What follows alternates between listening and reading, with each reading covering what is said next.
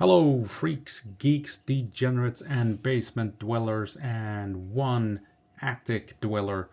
Welcome to the War Zone. I'm Scruffy, and this is Skruffytalez. And it's gonna be a quick one. I just want to highlight something that I took note of watching the front line. I mean, the front line is moving so extremely slowly. The Russians, they're not making any headway, losing tens of thousands of troops, gaining a square kilometer here and there. It's just insanity. Anyway, I noticed something, and the Russians are currently engaged in several towns along the front line, and they appear to be quite unable to either move in or move past them or secure them. The Russians are currently struggling with a bunch of larger Ukrainian settlements, and they're unable to move beyond them. And I think this might be an indication where we could be heading in 2026, or where the war might be heading. And it's looking good for the Ukrainians by the looks of it. We'll see what happens down the line, obviously, but let's take a look at the map. So in 2025, Russia secured, what was it, 0.75% of Ukraine, I think, in the entirety of 2025. They did not even take a full percent of Ukrainian territory because they got stuck on Pokrovsk and Myrnorad, and the Ukrainians have done a fantastic job in defending these locations and forcing the Russians to push in more and more assets, weakening on the front lines, and that has slowed down the Russian war effort tremendously. The Russians are barely making any headway at all. I mean, this is basically where they were at, more or less, in 2023, and they barely moved at all. And they are kind of struggling. I mean, take a look at this. They are at Vovchansk. They have secured most of it, but they have hardly moved out of Vovchansk, have they? They're still stuck here. They're not moving out, leaving it. Kupiansk, I mean, Kupiansk is basically liberated, more or less. And the Russians have been pushed back. They have barely any presence at all. Moving down to Lyman, they're unable to push in properly on Lyman. Siversk, they've taken Siversk, but I mean, barely left Siversk, right? It's only a couple of kilometers here. Chasiv Yar, they're still at Chasiv Yar. Over here is Bakhmut, Chasiv Yar, they're still here. And look, they just lost the small village up here. They have moved out of Toretsk but it's only a couple of kilometers, and they are struggling trying to push into Konstantinivka, and they're stuck in the suburbs. They can't get in. And then, of course, famously, Pokrovsk and Myrnorad. Ukraine is still holding territory in these two towns.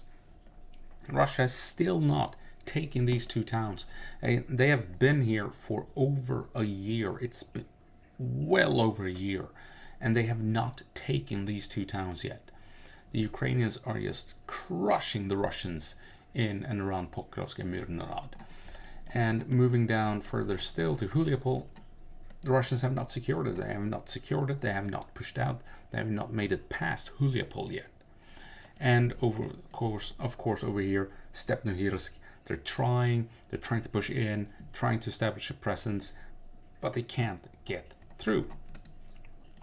So 2026, it's a rocky start for the Russians. They're stuck on these larger settlements, these towns, and they can't push past them.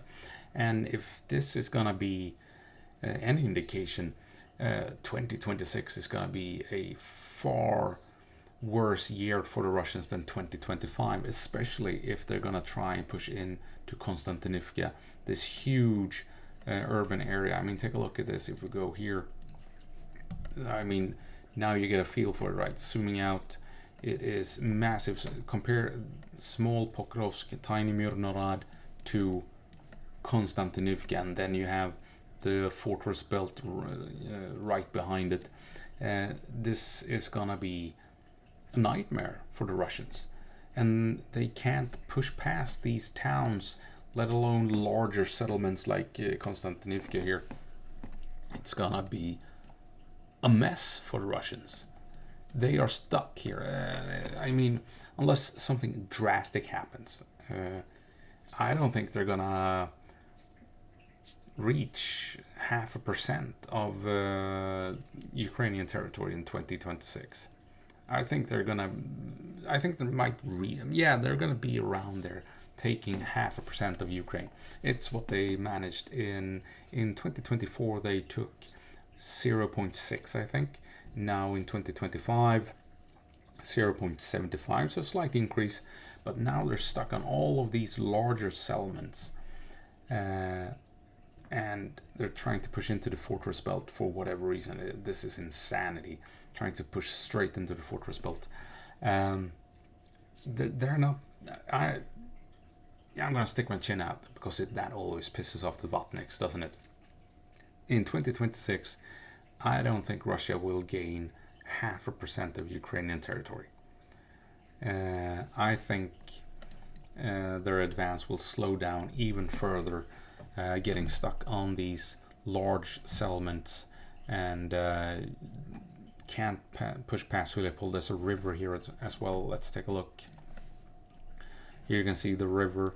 They're gonna probably be struggling with this river, struggling with Huliapol. The Ukrainians are building additional defenses behind the previous defensive lines so that they can trap the Russians in this location. It's gonna be rough for the Russians in 2026 is my prediction here, because they are well and truly stuck on all of these towns and settlements, and it's gonna be a real rough year for the Russian army, is my guess, with Ukraine getting more and more advanced weaponry, getting more artillery, getting missiles and drones into production at staggering levels. Truly wartime economy production in terms of the drones, and we're looking at the same thing for the Ukrainian missiles. Russian oil refineries will be blown apart. Russian tanks won't be able to advance due to the Ukrainian drones, and Russian soldiers will be ground down to beef and meat slag heaps, basically, in all of these settlements.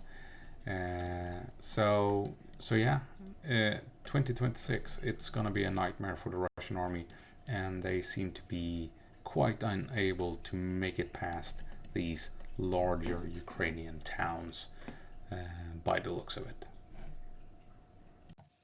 So yeah, that's about it. I hope you found it interesting. I hope I'll see you in the next one. As always, go på marsch, Ukraine, and give them hell.